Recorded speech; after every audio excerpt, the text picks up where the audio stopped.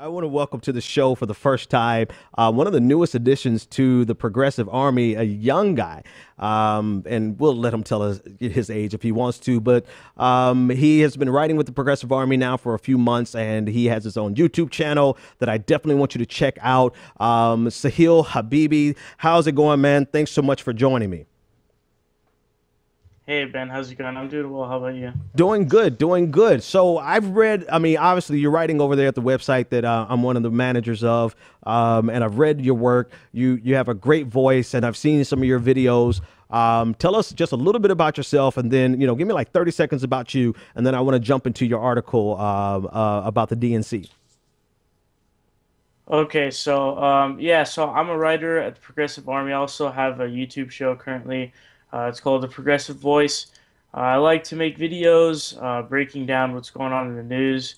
Find it a great hobby, and it's just something that I really enjoy doing. And I plan to continue moving forward doing that, and Cool. that's pretty much it. Cool. So you wrote two articles. Well, you've written quite a few articles, but two that I want to touch on a little bit now. Right. The first one is about the DNC and the recent election of the chair, that they didn't elect anyone from the Sanders wing of the Democratic Party, and you have some reasons as to why, and you have some solution, or not solutions, but some observations. Tell us about your article. Okay, so in the article, first of all, when I saw the information, I was quite alarmed personally because I felt that, you know, after a loss, because of the progressives feeling that they were shunned, and they were rightfully, they were cheated, I figured that, hey, you need to have some representation of it to be able to win. But Hmm. once I saw it, I was kind of alarmed to see that, hey, you know, there's only super delegates, Obama administration officials, Hillary campaign officials. The treasurer is literally an investment banker. Hmm. So it was pretty clear that it was the establishment trying to fight back against the Sanders influence. Yeah. And unfortunately, they succeeded. And I'm afraid that because there's a poll recently that came out in January that showed that 28% of people believe that they could concern them or align themselves with Republicans. They consider themselves Republicans. Only 25% consider themselves Democrats, and 44 consider themselves independent. So that is a result of centrism. And if there are less Democrats in the country and they elect someone like Hillary Clinton, again, like maybe a Cory Booker or whoever it may be, we're in Yeah. trouble. Yeah. Yeah. So So it basically, just legitimately worries me. yeah, based on some of the numbers that you just threw out there, running Cory Booker in 2020 would almost ensure. Uh, we do have Absolutely. I mean, Donald Trump is an outlier. But if, let's say, Donald Trump starts conforming to be a normal president, a normal human being, let's say, because if he doesn't, then I think they could run the 10 man, and the 10 man can win. But let's say Donald Trump starts behaving like a decent human being, or not even decent, just not an asshole. Based on the numbers of people registered as Democrats, if we run a centrist like Cory Booker in 2020, it's a good chance Donald Trump will be here for 4 more years, based on what I'm reading here. Well, absolutely, because clearly with Hillary Clinton, who is one of the biggest name recognitions in the country, Democrats were still not able to win. So it worries me more because the fact that Hillary Clinton was able to lose with such a supposed lead, imagine how hard it would be for her to win against someone who, as you said, may hypothetically wouldn't be an asshole if Yeah. she already lost and the Democrats are so marginalized in the first place.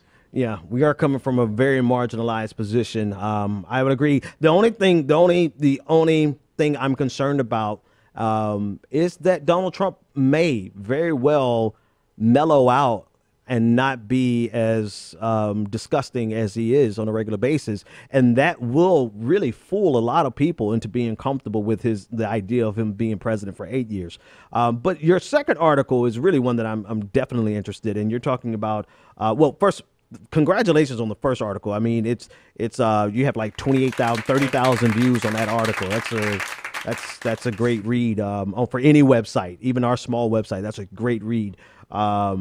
But you have another article here talking about to neoliberals that Bush is not better than Trump, and this is the gospel truth, man. This is something that blew me away. Bush was on Ellen DeGeneres today, And it's like we're going back to normalize the guy who destabilized the world order. Well, not the world order, but the world, at least for a generation. Tell me about that article.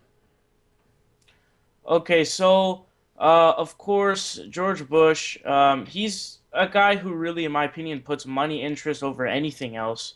And because he's been coming out, and I think quite opportunistically, personally, him coming out saying that, oh, I don't like the quote racism and all that, I think it was very opportunistic, but Yep. it just shows you the problem with neoliberalism and how quickly people are able to jump in. Trump's only been in office for 1 month, and you're already going to say that Bush is somehow better when we spent 8 years. We got the literally greatest economic crash since the Great Depression, the Iraq War, which led to thousands of American soldiers dying, hundreds of thousands, and this count ranges from about 100,000 to 1 million Iraqi civilians killed in the war. The massive debt that we take on while they continuously say, hey, you can't have education, you can't have single-payer healthcare. So this guy, and I go into talk about the Hurricane Katrina incident, and I kind of cite some statistics that say that that African Americans were majority affected by it, and it kind of was tapping into the point that FEMA and George Bush didn't really care, and they didn't really do anything because of that.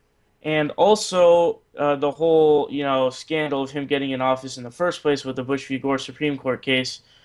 By most accounts, practically you looked at it, and the majority of the places, the caucuses in Florida that had voter rolls purged were African American because I they was knew one of them. that they were going to vote. Yeah, so they knew that they were going to vote Gore, and they specifically made these things called like butterfly ballots where even Pat Buchanan of the Reform Party came out and said, yeah, it's pretty clear that they're going to mess up because of the wordage and the verbiage of this ballot. So this idea that we can just forget everything Bush did, and I mean, it's just to me utterly ridiculous, and I can't believe that people are saying it.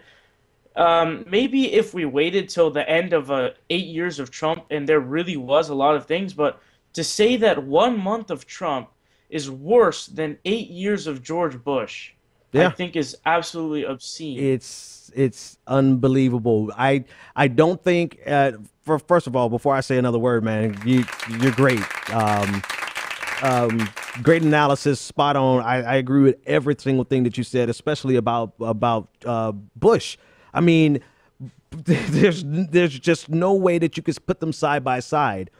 And I don't think that even after 4 years or even 8 years of Trump, the things that George Bush has done to the world are hurting millions of people and have been hurting us for 2003 so 14 years. 14 years of George Bush's ideological war and this war on terror has devastated so many lives globally. And now Democrats and liberals and neoliberals are embracing him like he's the voice of reason. I mean, I get it. What he said about Trump is true, but he should still just stay away from the public eye, go to his basement and paint for the rest of his life, and never leave the country because somebody might want to arrest him, depending on the country. But listen, thanks so much for your time, man. I want you to get the last word, but most importantly, tell everyone how they can get up with you and find your work. Thanks so much for having me on, man. You can check out my YouTube channel, youtube.com/c/the Progressive Voice. You can check out my articles on Progressive Army and follow me on Twitter @ProgressVoice. I really appreciate coming on, and I hope to once again, man. Thanks. Hey, my pleasure. Thanks so much for being here. That is Sahil Habibi. And if I pronounced it wrong, man, charge it to my head, not my heart, man. All right. Thanks so much for joining us. All right. Thank you very much.